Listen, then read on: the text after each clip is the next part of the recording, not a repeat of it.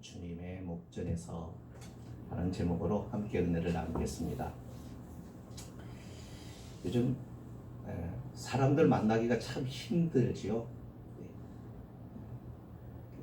거리를 유지해야 되는 사회적 거리두기 때문에 더 그렇고, 또 사람들 스스로가 누구를 만나는 것을 꺼리고 또 이렇게 자꾸만 피하려고 합니다.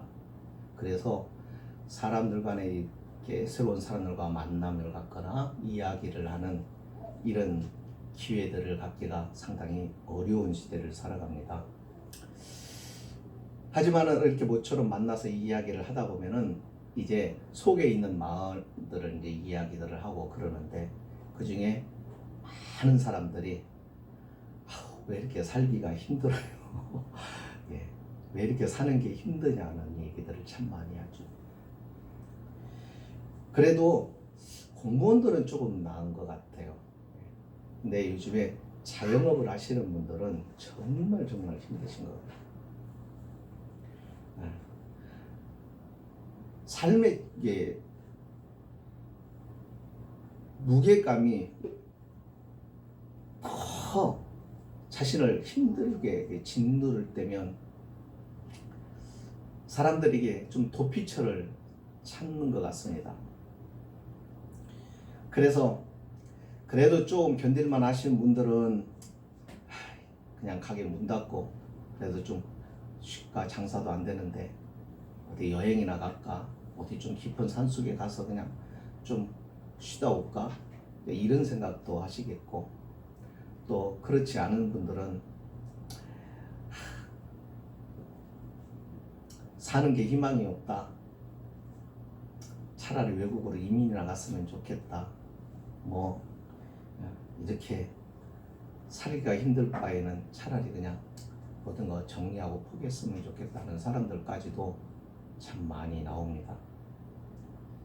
감당할 수 있을 때는 감당하려고 하지만 내 힘으로 감당할 능력이 없는 범위까지 삶이 힘들어지면 모든 걸 좀 포기하고 싶고 그런 마음이 들죠. 그래서 어떤 사람의 경우는 도피처로 죽음을 찾는 사람이 있습니다. 왜 이렇게 사는 게 힘들까요? 오늘 본문에 요나가 소개되고 있는데요. 요나는 그래도 선지자 아니겠습니까?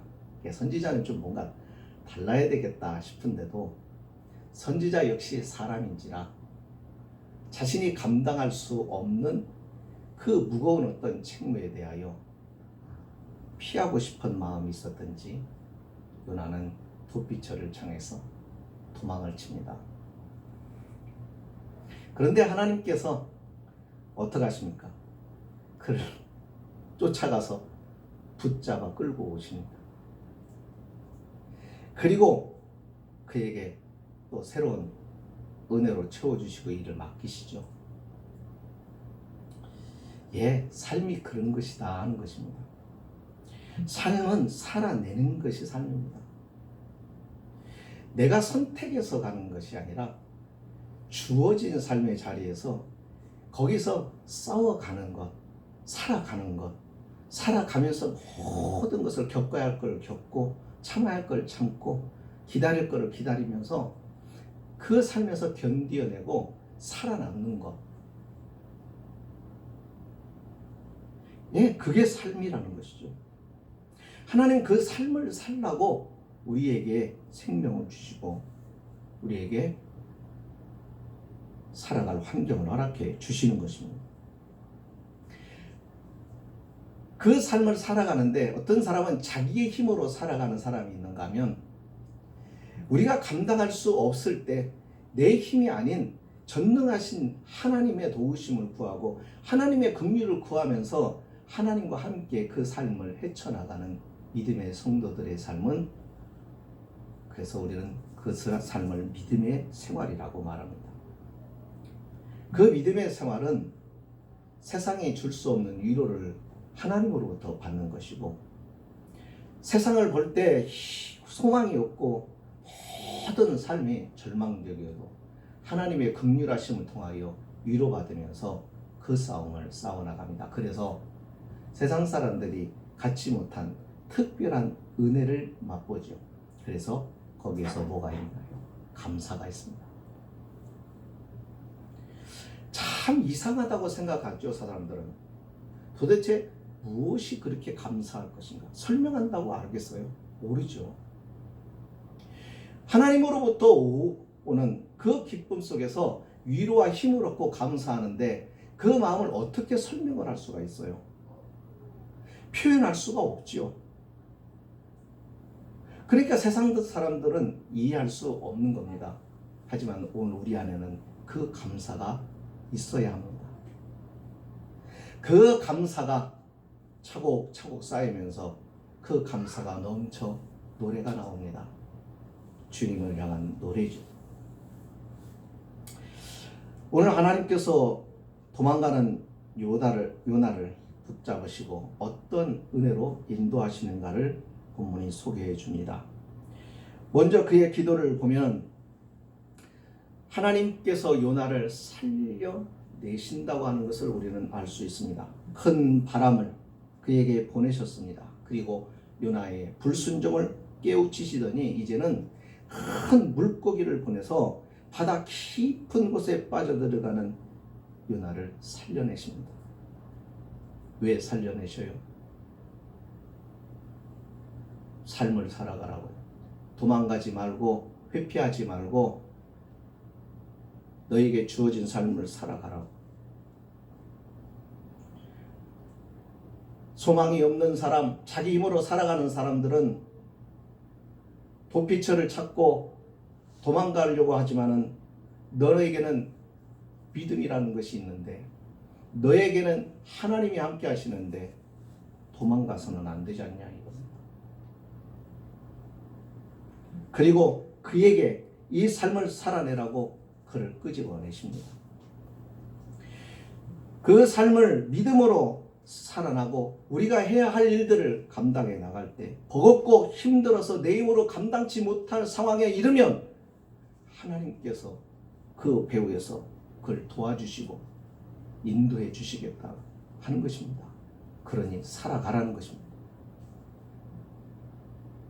요나가 살려달라고 기도하기 전에 하나님은 이미 큰 물고기를 예비하셨습니다. 요나의 회개 때문이 아닙니다. 하나님의 자비와 긍휼하심 때문입니다. 우리는 우리가 요구해서 하나님께로 다 얻고 살아가는 줄 알지만 우리가 요구하고 하나님 앞에 기도해서 얻어 살아가는 것보다 우리가 기도하지 않았는데도 하나님이 주시는 은혜와 축복이 수천 배, 수만 배 더 큽니다. 하나님은 바로 그런 분이십니다. 하나님을 의지하지 않는 자들도 세상을 살아갑니다. 하나님을 찾지 않는 자들도 세상에서 고난을 이겨내는 사람들이 있습니다. 그렇다고 한다면 믿는 사람, 하나님을 향한 믿음을 가지고 있는 주님의 사람이면 그러면 하나님을 향한 믿음으로 능히 이겨내야 되지 않겠느냐는 것입니다. 우리가 하나님을 어떻게 보여드릴 수가 있나요? 우리 안에 계신 하나님을 어떻게 세상에 증명해 보일 수가 있나요? 우리의 삶 속에 역사하시는 하나님의 능력을 우리를 통하여 드러내야 하지 않겠습니까?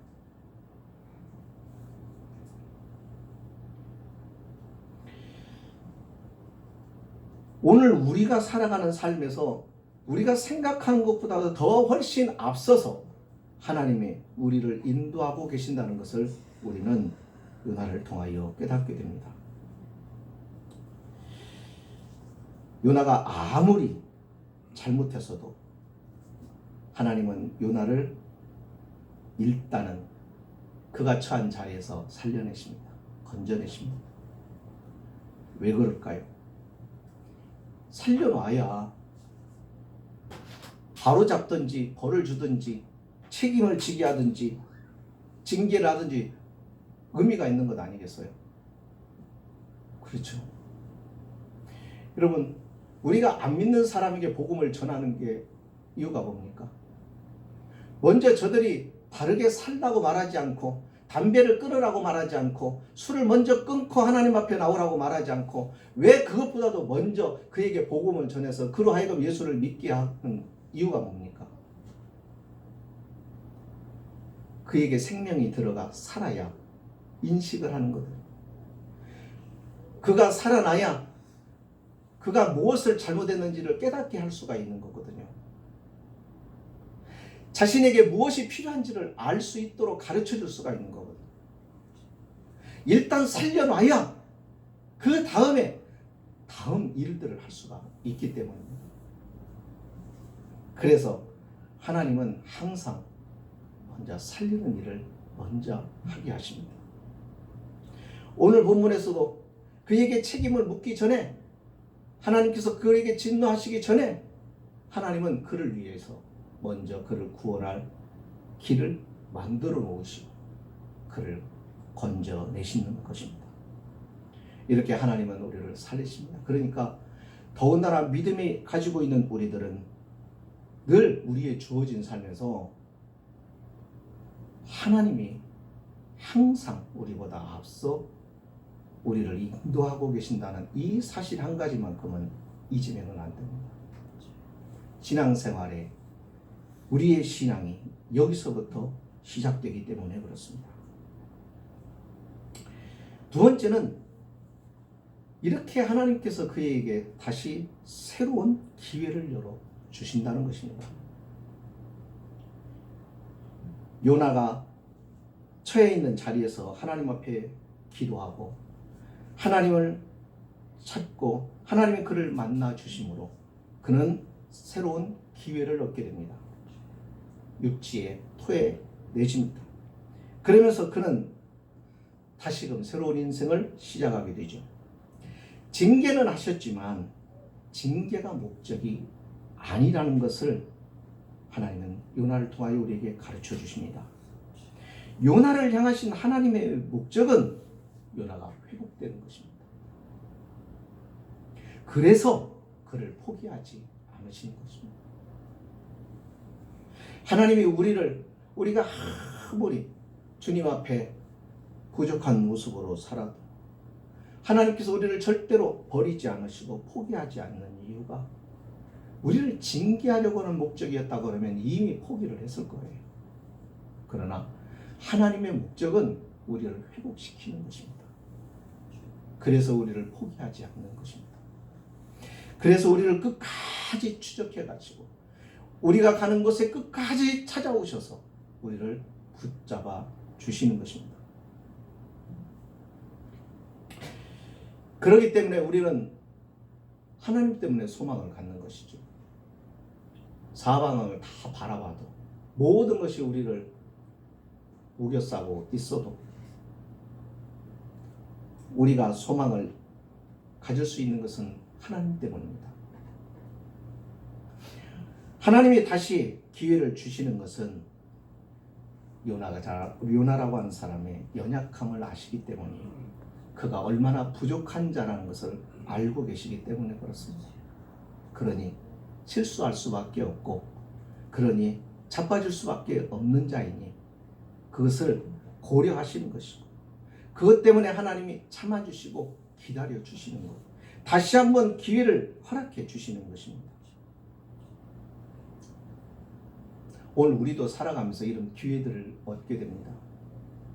근데 그런 기회가 언제 주어지나? 우리에게도 이와 같은 기회들이 언제 주어지는가를 우리가 생각해 봐야 됩니다. 그것은 바로 내가 죽은 자라고 하는 것을 깨달을 때, 내가 죽은 자요 이제는 예수 안에서 내가 다시 살림을 받은 자라는 것을 깨달았을 때, 그때가 우리에게는 하나님이 주신 기회가 시작이 된 줄 알게 되는 것이죠.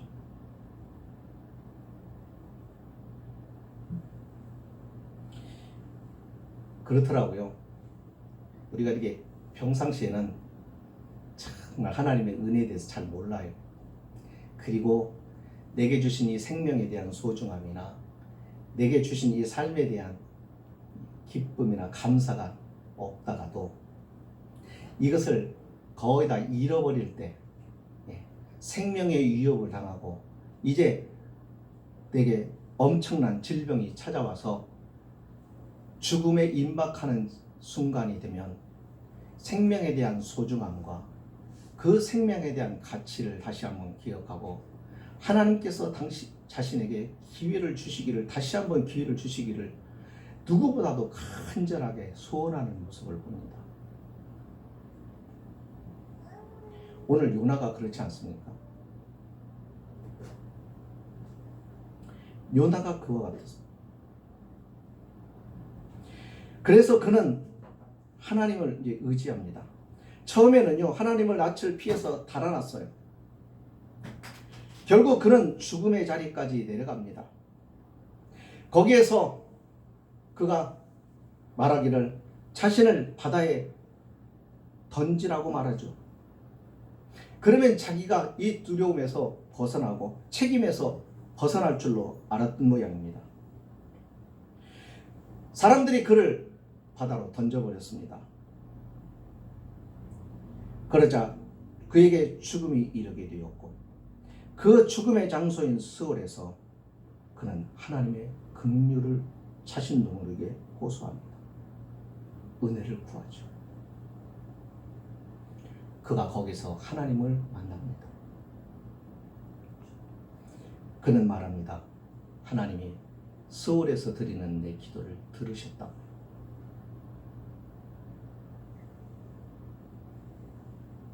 죽음의 장소에서 자신이 하나님을 찾고 있는 그 음성을 그분이 들으셨다. 자기는 그 하나님을 피해 도망갔는데 그분은 수월에서 자기를 기억해 주셨다는 것이고 자기가 드린 기도에 귀를 기울여 주셨다는 것입니다. 그 뒤로 그는 이렇게 고백합니다. 4절에 내가 말하기를 내가 주의 목전에서 쫓겨났을지라도 다시 주의 성전을 바라보겠나이다. 무슨 말입니까? 요나가 주님을 향한 확신을 갖게 되었다는 말입니다. 어떤 확신이요? 내가 이 수월에서 여기는 주님의 인자와 주님의 은혜가 없을 거라고 생각을 했는데 거기조차도 하나님의 긍휼의 손길이 있었다는 것이죠. 즉 하나님이 자신을 끝까지 놓지 않으셨다는 것입니다.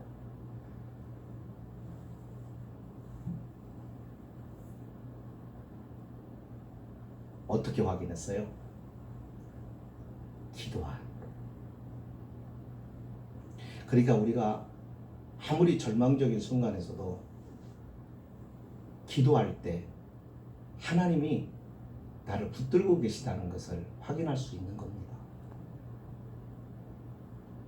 다 소망이 없다고, 여기는 이제 벼랑 끝이라고, 이제는 모든 걸 포기하자고 사람들은 말해도 기도하는 사람에게는 그 기도를 들으시는 하나님을 느낄 수가 있는 것이죠.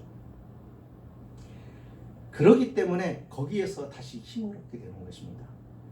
그러니까 거기서 하나님이 나를 붙들고 계심에 대한 확신을 갖게 됩니다. 심지어는 그는 그렇게 말하는 거예요. 주의 목전에서 내가 쫓겨날지라도 다시 주의 성전을 바라보겠다는 것입니다. 다시 주님 앞에 서겠다는 것이고 주님의 긍휼을 바라보겠다는 것입니다.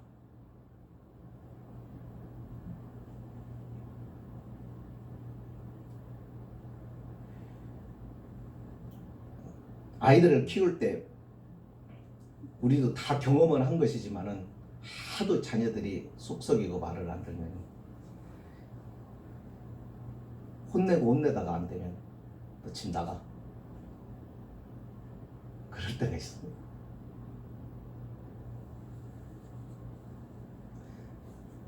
저는 어렸을 때 한번 그런 기억이 있어요. 저는 저희 아버지가 저를 사랑하지 않는다고 생각하는 때가 한번 있었어요. 왜냐하면 좀 부드럽지가 않으셨고 또 항상 내 말에 귀를 기울여 주지 않는 것 같았어요. 사춘기 때 고민이 많았을 때도 그랬고, 그래서 항상 나는 혼자구나 라는 생각을 가질 때도 있었습니다. 그런데 그게 아니라는 것을 깨달았습니다. 표현을 못했을 뿐이지 사실은 아버지의 마음은 그게 아니더라는 것입니다. 오늘 우리가 때때로 하나님의 징계 가운데 놓일 때도 있고요. 하나님이 나를 버린 것 같은 착각에 빠질 때가 있어요. 그때는 모든 삶의 의미가 없어져 버리죠. 그래서 하나님이 나를 버렸구나. 그런데 사실은요, 그게 아니라는 거예요. 아들이 아버지가 내가 미워서 정말 나를 쫓아내고 싶어서 집 나가라는 것이 아니라는 것을 아들은 아는 것이죠. 우리 하나님이 우리에게 이와 같은 분이시라는 것을 우리는 잊으면 안 됩니다. 그러니까 저와 여러분이 살아가면서 많은 어려움이 있고 힘겨운 시간들을 보낼 때 이 많은 걱정, 고민, 수만 가지의 번민들이 이것들보다 우리가 하나님의 자비를 더 생각해야 하고 하나님의 자비를 더 신뢰해야 한다는 것입니다.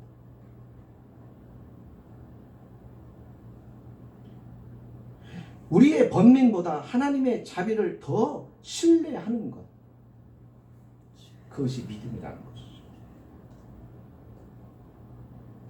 주님이 나를 포기하신 것이 아니라, 주님이 나를 버리신 것이 아니라, 주님이 지금의 형편을 통하여 나를 온전히 세우실 것에 대한 주님의 자비하심, 그분의 긍휼, 그것을 생각하는 것이 믿음이라는 것입니다.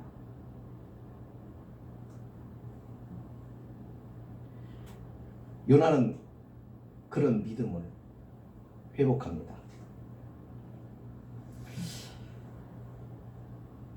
말씀을 마칩니다. 기도라고 하는 것은 소원을 성취하기 위한 수단이 아닙니다. 어떤 분들은 기도를 통하여 자기가 원하는 것을 얻으려고 기도하는 경향이 참 많아요. 사실은 그게 기도는 아니에요. 내가 원하는 것이 항상 내게 유익한 겁니까? 나에게 도움을 주나요? 어떤 때는 내가 원하는 것으로 인해서 내가 큰 피해를 당하고 믿음을 잃어버리기도 하고 그것 때문에 엄청난 손해를 겪게 되는 일들도 있습니다.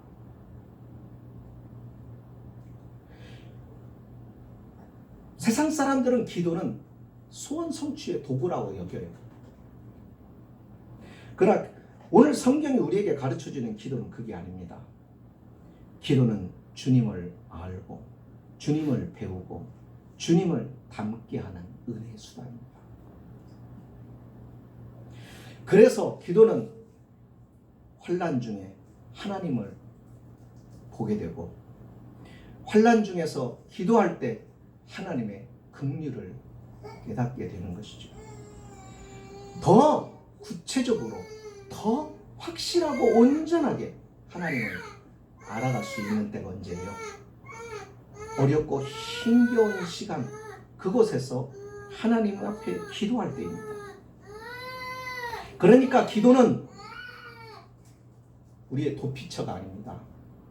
우리의 피난처입니다. 기도는 몸과 마음과 우리의 지친 영혼이 기도를 통하여서 치유가 되고 회복이 되는 것입니다. 그래서 기도를 통하여 우리는 하나님의 뜻을 알게 되고 우리가 하나님을 더 깊이 깨닫게 되면서 주님과 온전히 하나가 되는 은혜를 경험하는 시간입니다. 사실은 우리의 신앙이 언제 순결해집니까? 어려움 속에서예요. 시련 속에서예요. 편안할 때는 그렇지 않습니다. 주님에 대하여 그렇게 절박한 때가 언제입니까?